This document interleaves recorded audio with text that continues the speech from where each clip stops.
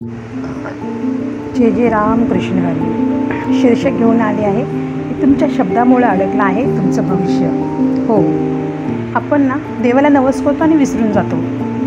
कधी कधी आपल्याला ना केलेलं नवसही लक्षात राहत नाही आणि आपण म्हणतो अरे मी इतकी भक्ती करतो, अरे मी इतकी पूजा करतो, माझे कामं का पूर्ण होत नाही आहेत आणि आपल्याला त्या गोष्टीचा विसर पडलेला असतो. पण एक गोष्ट लक्षात ठेवा, जो विसर पडतो त्यामध्येही परमेश्वराची काही ना काही एक योजना आणि एक म्हणजे काहीतरी क्रिया असते की ती ह्या मार्फत तुम्हाला कळले पाहिजे. ते कसं आणि काय ते सांगण्यासाठी मी तुम्हाला एक स्टोरी घेऊन आले आहे, एका आजी आणि एका नातीची.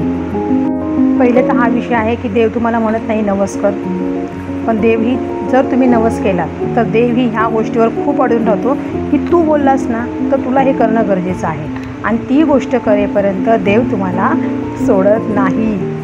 म्हणजे एक गोष्ट आहे की आपण एखाद्या देवाची पूजा करतो आणि आपण नंतर ते विसरतो, पण आपण विसरतो पण देव परमेश्वर विसरत नाही, कारण ही परमेश्वराची अशीच मॅनेजमेंट आहे.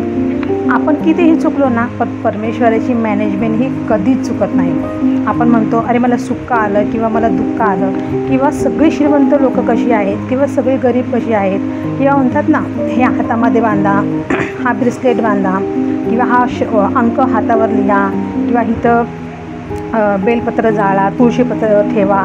ह्या गोष्टींनी कोणत्याही गोष्टीने कुणालाही पैसा येत नाही. एक गोष्ट अशी आहे, कुठल्याही गोष्टीने पैसा येत नाही. जे मिळतं ते तुम्हाला तुमच्या कर्मानुसारच मिळणार. नाही तर प्रत्येकजण अंबानी झाला नसतं का? आणि जर पूजा केल्याने जर पैसा येत असेल तर सगळेजण मग पूजाच करत राहिले असते ना. पूजा आणि पैसा ह्याचा लांबपर्यंतचा संबंध आहे तो फक्त तुमच्या कर्माशी. तुमचे कर्म कसे आहेत? एक विषय असा आहे की जर तुम्ही भक्तीमध्ये जर तुमचे कर्म वाढवाल ना तर एक गोष्ट होते की त्याच्यामध्ये तुमचं जे वाईट कर्म आहे ते लवकरात लवकर संपुष्टात येऊन तुमच्या पुण्याईची फळं तुम्हाला मिळायला सुरुवात होते.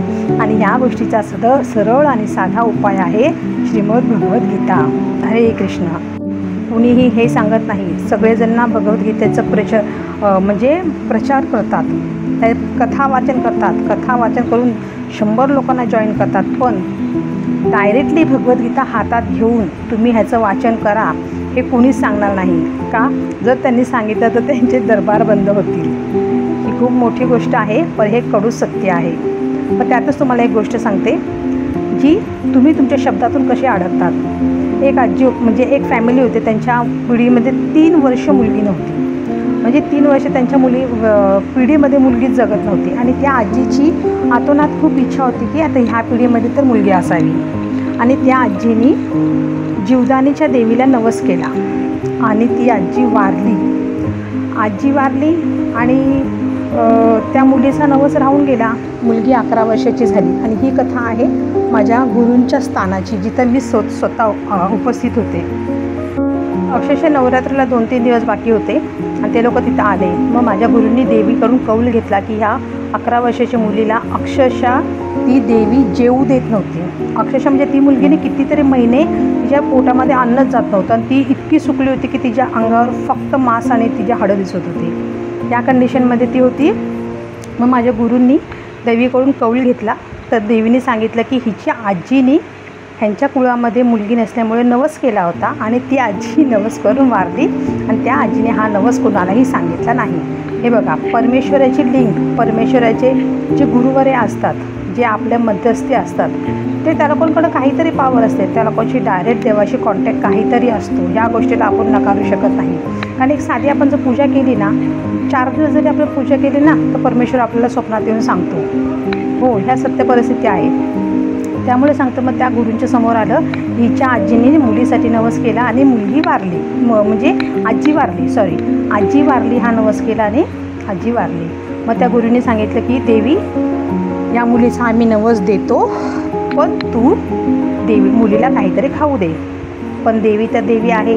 देवीने 11 वर्ष वाट बघितली होती आणि ती म्हणजे तयार होत नव्हती मुलीला जेवण द्यायला. आणि त्याच्यानंतर चालू होणार ते नवरात्र, म्हणजे नवरात्राचे परत 9 दिवस आणि त्याच्यामध्ये एकच मंगळवार मिळत होता आणि सोमवारपासून नवरात्र सुरू होणार होती आणि एक मंगळवार मिळणार होता एक मंगळवार, त्याच्यानंतर बुधवार, गुरुवार आणि शुक्रवारपासून नवरात्र चालू होते, म्हणजे 2 दिवस अमावस्या होती.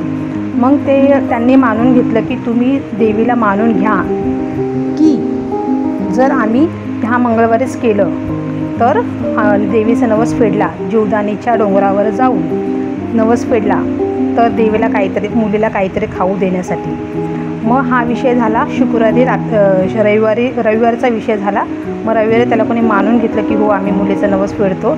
मग तिथं बसून बाबांनी देवीला विनंती केली की आई तुझा मंगळवारी आम्ही नवस फेडतो, मुलीला एक तरी केळ खाऊ दे. मग त्या मुलीने तिथं बसून मंदिरामध्ये बसून एक केळ खाल्लं आणि त्या लोकांनी मंगळवारी जाऊन देवीचा नवस फेडला आणि त्या मुलीने जेवण खायला सुरुवात केली. विचार करा, हा साक्षात्कार आहे. म्हणजे भक्ती ही साधी नाही आहे.